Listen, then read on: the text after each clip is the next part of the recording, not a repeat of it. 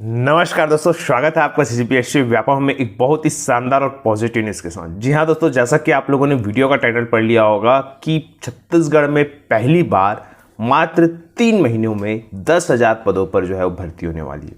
जी हाँ दोस्तों, इस संबंध में हम पूरी बातचीत करने वाले हैं। बिना किसी तरीके की वीडियो को स्टार्ट करते हैं। तो देखिए, सबसे पहले वीडियो को स्टार्ट करने से पहले आप सभी के सवाल उसके आंसर मैं दूंगा। देखिए, बहुत सारे लोगों के ये सवाल थे कि सर तब से पहले एडीओ की भर्ती आएगी कि हॉस्टल वार्डन की भर्ती आएगी, सबसे महत्वपूर्ण सवाल। तो उन सभी को बताना चाहूँगा कि जैसा कि आज का न्यूज़ आया है और जैसे कि मैंने आपको कंटिन्यू बताया है, सारी चीज़ें डिपार्टमेंट और वित्त विभाग के ऊपर डिपेंड करती है। अब रही बात, बहुत सारे लोगों का क्वेश्चन था कि हम दोनों की तैयारी एक साथ कर सकते हैं कि नहीं। तो देखिए, हॉस्टल वार्डन का सिलेबस आप देखेंगे तो और एडीओ का सिलेबस आप देखेंगे, दोनों सिलेबस मेरे टेलीग्राम चैनल पे है, आप जाके देख सकते हैं। दोनों के सिलेबस में अंतर ये है कि दोनों के सिलेबस में ज़मीन आसमान का फ़र्क है।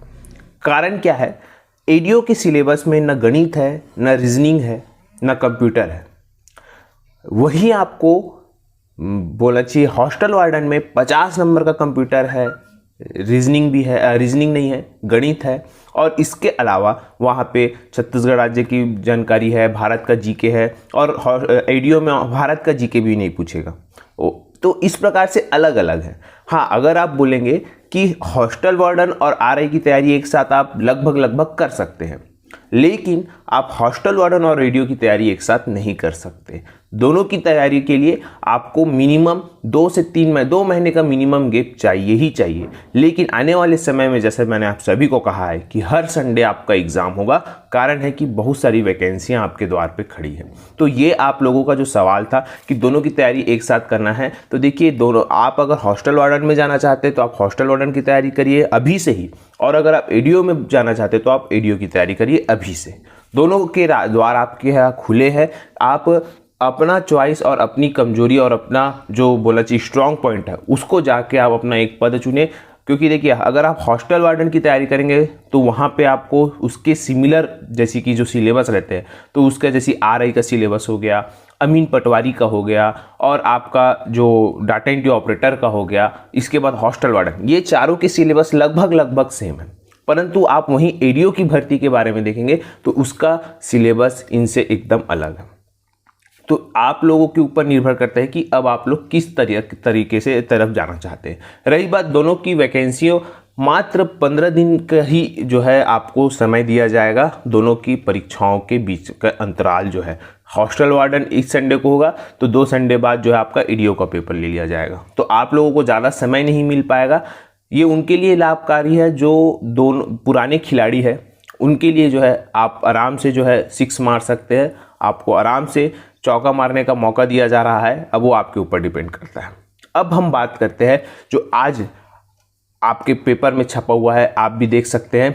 तो आशा है कि आपको ये जो दोनों आंसर है वो मिल गया होगा कि ये कब आएगा और इसकी तैयारी के संबंध में।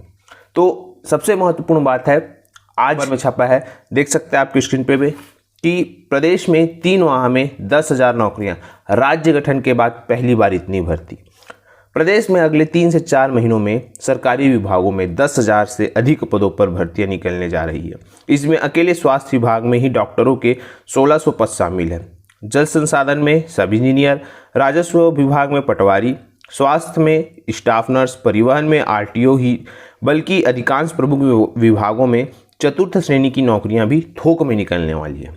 बिजली कंपनी में लाइन परिचालक के जो 3,000 पद है वो रद्द हो चुके थे, परंतु उसकी जो भी प्रक्रिया है वो भी प्रारंभ हो रही है। चिकित्सा शिक्षा संचालनालय को मेडिकल कॉलेज में तृतीय चतुर्थ श्रेणी में 3,000 पदों पर भर्ती के लिए वित्त विभाग को मंजूरी का इंतजार है। प्रदेश के प्रमुख विभागों में इतनी नौकरियां निकलने से अलग अलग कारण हैं। जैसे स्वास्थ्य विभाग में निकलने जा रहे पदों के लिए प्रमुख कारण मरीजों और उनके घर के आसपास इलाज उपलब्ध कराना।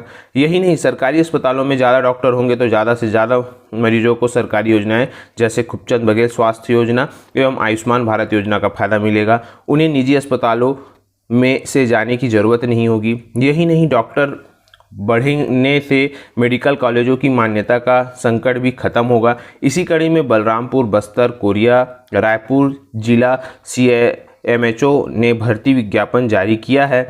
यहाँ पे स्वास्थ्य विभाग में बड़े पैमाने पर भर्तियां हो रही है। चिकित्सा शिक्षा संचालनालय 21 पद, सीनियर रेसिडेंट के 113, senior resident 292, junior resident 146, demonstrated और 156 असिस्टेंट प्रोफेसर। मेडिकल कॉलेज में क्लास 3/4 के लिए 3000 पद की नियुक्ति होगी। क्लास 3 में नर्सिंग स्टाफ है, टेक्नीशियन है और रेडियोग्राफर है। क्लास 4 में वार्ड बॉय, आया और अन्य प्रशासनिक पद है। इन पदों के लिए वित्त विभाग की स्वीकृति का इंतजार है। इसके अलावा 7 सरकारी मेडिकल कॉलेजों में से कुछ को डॉक्टरों की कमी के कारण मान्यता का इंतजार है। स्वास्थ्य संचालक ने बताया कि यहाँ भी पद भरे जाएंगे। स्वास्थ्य संचालनालय में 443 पद चिकित्सा अधिकारी और 641 पद स्पेशलिस्ट, इसके लिए भर्ती प्रक्रिया जारी है। तो आप लोगों ने देखा किस प्रकार से कंटिन्यू यहाँ पे भर्तियाँ हो रही है। ज़्यादातर भर्तियाँ स्वास्थ्य विभाग की है, क्योंकि आप सभी जानते हैं वर्तमान में अभी हाल ही में कोरोना आया था, इसी वजह से ये सारी चीज़ें हुई। अच्छी बात है कि स्वास्थ्य विभाग में इतनी सारी भर्तियाँ नहीं कर रही है। इसके अलावा भी अलग अलग फील्ड वालों के लिए शासन ने एक एक पद जो है तैयार करके रखा है, चाहे वो लाइब्रेरियन वाले हो या आपके असिस्टेंट इंजीनियर वाले हो, एग्रीकल्चर वाले हो, उद्यानिकी वाले हो, या बिजली विभाग में जो डाटा एंट्री ऑपरेटर है वो वाले हो, या लाइन परिचालक वाले हो। हर विभाग के लिए, हर फील्ड वालों के लिए शासन ने जो वैकेंसी है वो तैयार करके रखी है। कमी है तो आपकी तैयारी में आप जम के तैयारी करिए और अपना एक पद प्राप्त करिए।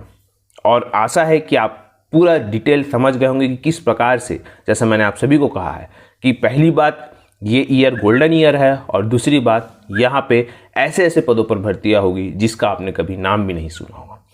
इसी कड़ी में आप सभी जो है, चाहे वो CGPSC की बात करें या CG व्यापम की तैयारी करें, वैकेंसियों की भरमार रहेगी। आप सभी जो है इसकी तैयारी करते रहिएगा। तो आशा करता हूं कि आपको ये पूरी जानकारी अच्छी लगी होगी। अगर जानकारी अच्छी लगी तो आप इसे ज़्यादा से ज़्यादा लोगों तक शेयर करें, लाइक करें और सब्सक्राइब करें। तथा वीडियो देखने के लिए आप सभी का बहुत बहुत धन्यवाद। आप सभी स्वस्थ रहे और मस्त रहे।